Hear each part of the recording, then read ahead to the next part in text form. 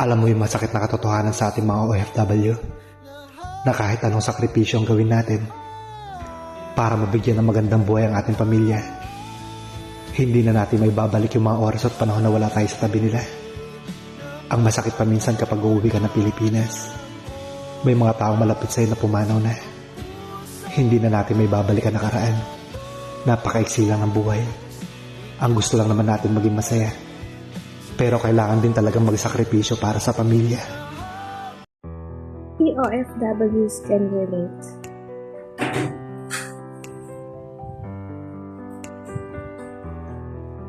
Akala nila pag nakapag-abroad ka, madami kang pera.